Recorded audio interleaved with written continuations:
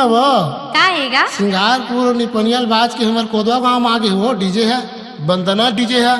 और नाचे के मन हुआ तो आज हम नाच लेती संगी नहीं यार ते तो मोर दिल के बात ला कही दे चल चल धमाल करबो चल चल चल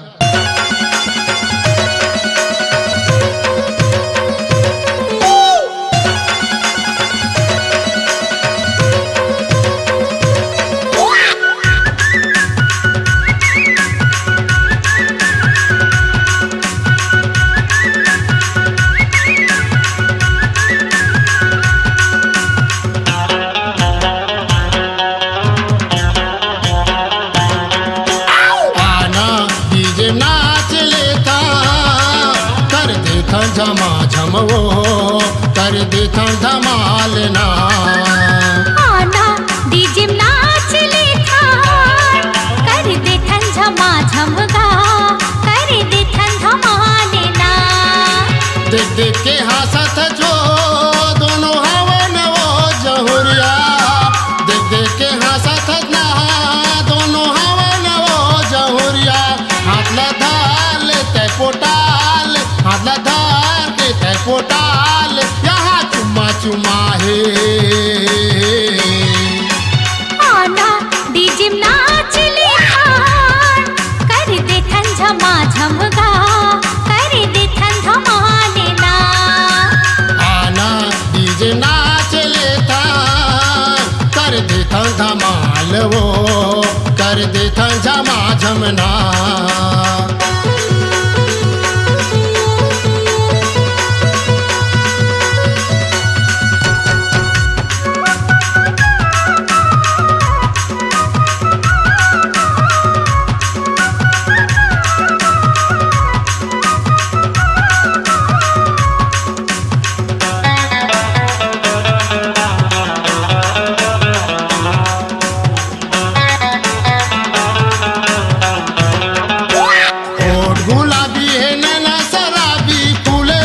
तोरे गाल है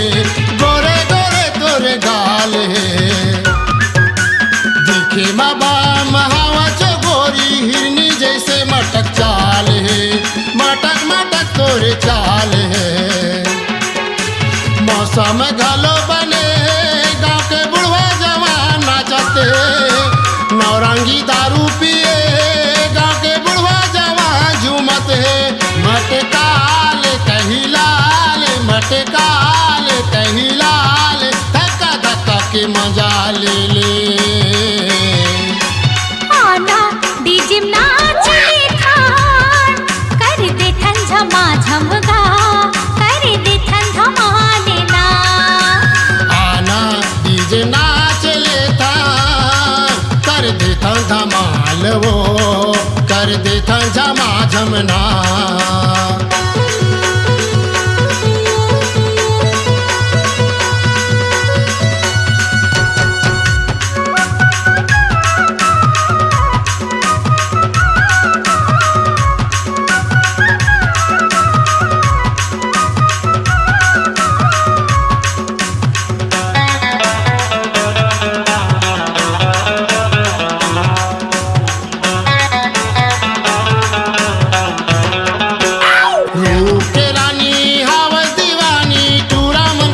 बाय बाय वो पूरा मन करते हाय हाय गाड़ी से यदु मैं गाना गावा था बने मटका के नाच ले वो कन्या मटका के नाच ले चमकाते है तोरे चेहरा तन तन है जवानी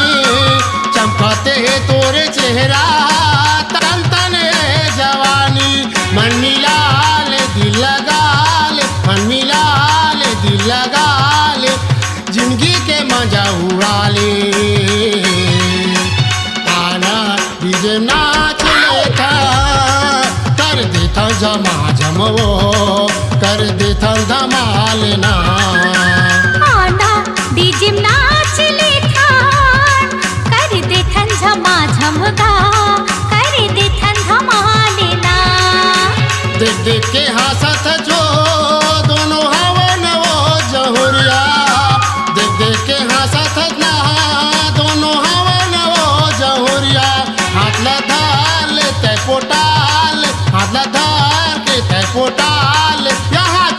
चुमाहे आना डीजे नाच ले थान कर दे थन झमा झमगा कर दे थन धमाले ना आना डीजे नाच लेता कर देता धमाल वो कर देता झमा झमना आना डीजे नाच ले थान कर दे थन झमा झमगा कर दे थन धमाले ना कर देता धमाल वो कर देता झमा झमना कर दे थन झमा झमगा कर दे थन धमाले ना कर देता झमा झम वो कर दे थन धमाले ना।